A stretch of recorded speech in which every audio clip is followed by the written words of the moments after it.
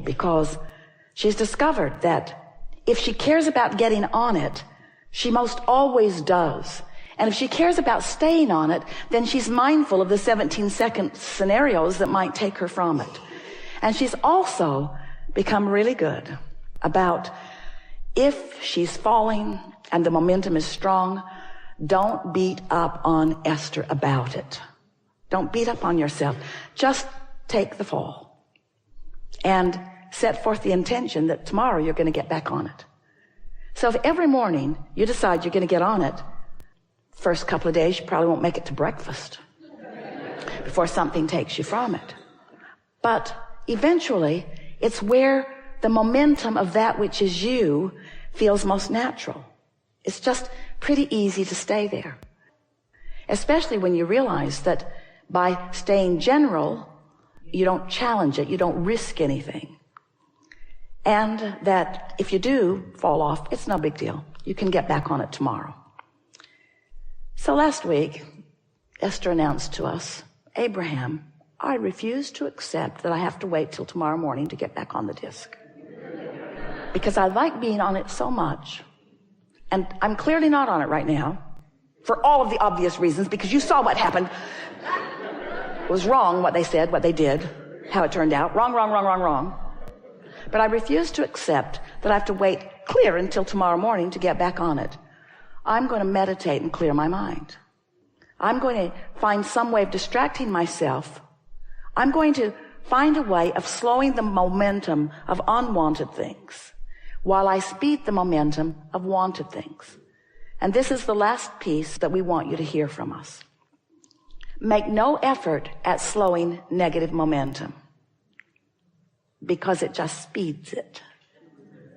Because this is a universe of inclusion. There's no exclusion. It's all about attraction.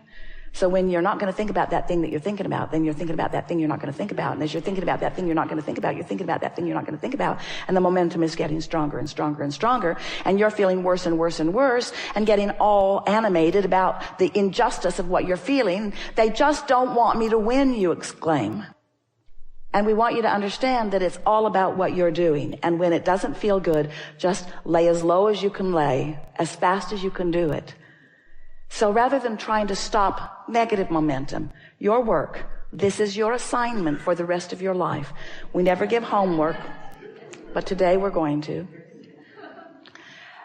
Find ways to get positive momentum going. That's it. That's your work. Get on the disc. Stay there as long as you can. If you fall off, no big deal. Get back on as quickly as you can, until what will begin to happen is you'll have enough positive momentum that you'll begin feeling what the true power of influence is that we've been talking about. If you're having a no good, very bad day, Esther will say, clearly, I'm on the ornery disc. And I can tell I'm on there because there's ornery people all around me. Or I'm on the defensive disc. And your tendency, Esther's too, is to want to blame the other ornery people. Because if they weren't there with her and being ornery, she'd feel a lot better. But we want her and all of you to understand, she met them there. She met them there. It's like going to the ornery meeting. Where's the ornery meeting? Where's the ornery meeting? I want to meet new ornery friends. I'd like to be flipped off by different people in traffic today than usual. So when you begin to accept that you chose the disc and that they just met you there, it sort of takes the sting out of what they're doing, what it feels like they're doing to you, especially when you begin to accept that you have the choice of what disc you're on. And today, we think you understand it more clearly than ever before. That you have a choice of what disc you get on. And the earlier you choose it, the better chance you have of choosing the one you mean to choose. And eventually, and we're talking about a matter of a few days and weeks, you're going to predominantly be there. And when you start hanging out in that high-flying, good-feeling vibration, And you not only have the benefit of feeling good and breathing more deeply and feeling that fantastic feeling of eagerness coursing through you, but you also then begin to realize the benefit of the wonderful ideas that are flowing to you and the really good timing you have and the rendezvousing with all kinds of wonderful things. And the evidence of your disc is all around you. No matter what disc it is, the evidence of it is all around you. Then you'll begin to understand the invincible you. You'll begin to understand that you are the creator of your own reality. You'll begin to understand you always have been and you always will be, but you'll begin to exercise more deliberate control. And you'll find yourself not spending all of that time, oh, how much time you can spend, trying to explain something to somebody who's not on your disc. Have you ever been flying high and somebody else isn't and you're trying to explain to them? They don't get it, do they?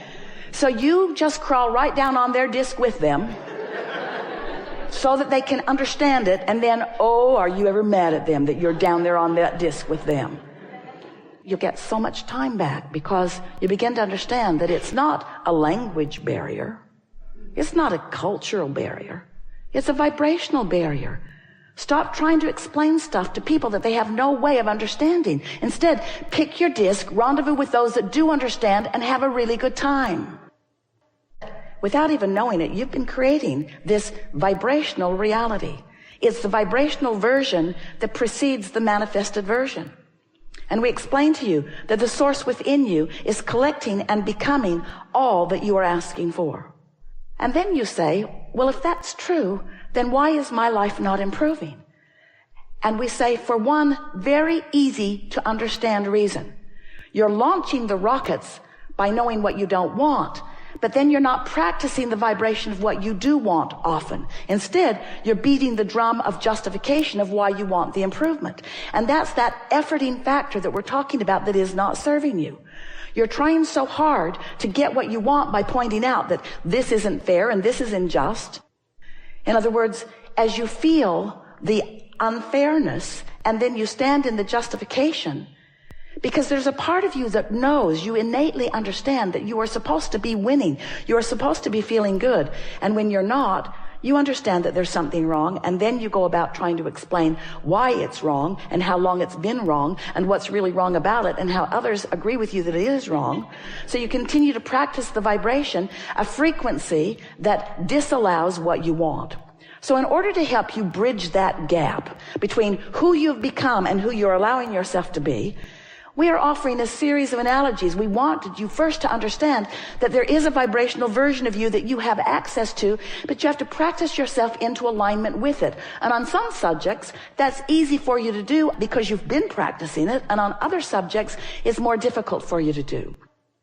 So then we began explaining to you, yes, there is the non-physical version of you, which you are contributing to constantly. This is just not the non-physical part of you that was before you were born that now you're trying to catch up with. This is the non-physical part of you that has been expanding and evolving as a result of the life that you're living here in this physical body. So this vibrational version, this vortex version of you exists. It is a reality that you have access to, but you've got to find the frequency. Just like you've got to broadcast and receive with your transmitting mechanisms. You can't set your radio dial on 101 AM and receive what's being broadcast on 97 FM. You have to be on the frequency that the broadcast is coming from. So this vortex version of you is broadcasting this prosperous vibration of well-being, of alignment, of co-creation, of rendezvousing with all good things. The question is, are you on that frequency? And the answer is, if you feel good, yes. If you feel bad, no. Positive emotion means you're on the frequency or moving in on it, and negative emotion means that you're not. We began talking to you about your point of attraction. And it seemed like a good way to describe it. It's like a grid that will be filled in later with the manifestations. It's like a framework. It's like the frame of a building that starts out sort of scanty. You can sort of kind of tell what it's going to be like, but all of the textures and fabrics and details are going to come later. You're going to choose them as you go along, and you're going to fill it out and flesh it out with all of the magnificent, delicious details. So you have this point of attraction, this grid. If you've been following us for a while, we've been talking to you about your emotions and what they mean. You heard us say that negative emotion means you've got a vibration going on that you're not up to speed with. And that positive emotion means you've got a vibration going on in your vortex that you are up to speed with. So today we want you to contemplate that these emotions, which go all the way from appreciation and love and ecstasy, passion, fulfillment, love, that feeling of invincibility, that feeling of eagerness for life, you know how that feels, all the way down to despair, to a feeling of fear, to a feeling of disempowerment, to a feeling that they don't want me to win, that feeling of having no control of your life. And of course, there's every imaginable emotional word or feeling in between all of that. So now we want you to realize that you are a vibrational being and that you've got a momentum going. So we'd like you to envision this spinning disc, this pure, positive energy disc, this high-flying, good-feeling point of attraction that somehow, some way, you've managed to get on. And we want to say to you, it's pretty easy first thing in the day before something happens, before you read your email, or before you see another person who is irritating, or before you start remembering what went wrong yesterday. In other words, you can get on that high-flying disc pretty easily because you wake up there. And if you don't do that thing you usually do that causes you to choose a lower disc, then there you fly for a little while. And we want you to just speculate the kinds of magnificent things that you have incrementally put into your vortex of creation that will now flow seamlessly, effortlessly, quickly through the path of least resistance into your spinning grid, into that high-flying, good-feeling grid. So we've been talking to you about law of attraction for a very long time, haven't we? And many people are beginning to understand it. Many are misunderstanding it. But we want you to understand that law of attraction is responding to the vibration of that which is you. We also want you to understand that you've got two vibrational things going on at any point in time, because you were source energy before you came into this physical body, and even though you were born into this body, that larger part of you still exists. It is a vibrational you. It's a vibrational, co-creative you. And it's pure positive energy. So here you are in your physical body, sifting and sorting, knowing what you don't want, knowing what you do want, all day, every day, have been for a very long time, launching preferences, clear preferences of what you prefer. And each one of these vibrational launchings is received by the larger part of you. In other words, vibrationally speaking, the source within you is evolving and expanding as a result of the life that you're living here in this physical body. When you see someone hungry, you want more food for your planet. When someone is rude to you, you want nicer people in your life and in the lives of others. In other words, you are constantly expanding and improving through the life that you are living. And the source within you is taking that expansion immediately. So then, as we've watched you, we've been calling this gathering the art of allowing for a number of years, because it's all about you figuring out how to allow that alignment. You figuring out how to hold a frequency consistently enough that you own it, that you know it, that you are it, that you be it. To establish a point of attraction with enough consistency that you allow momentum. Did you get that?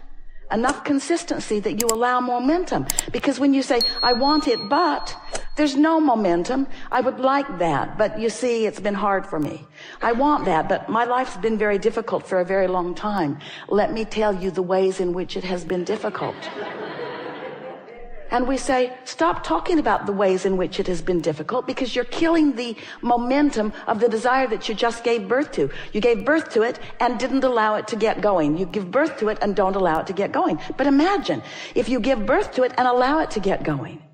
If you give birth to it and allow it to get going. If you identify a new desire and are general enough in your conversation. We have enjoyed this interaction more than words can convey.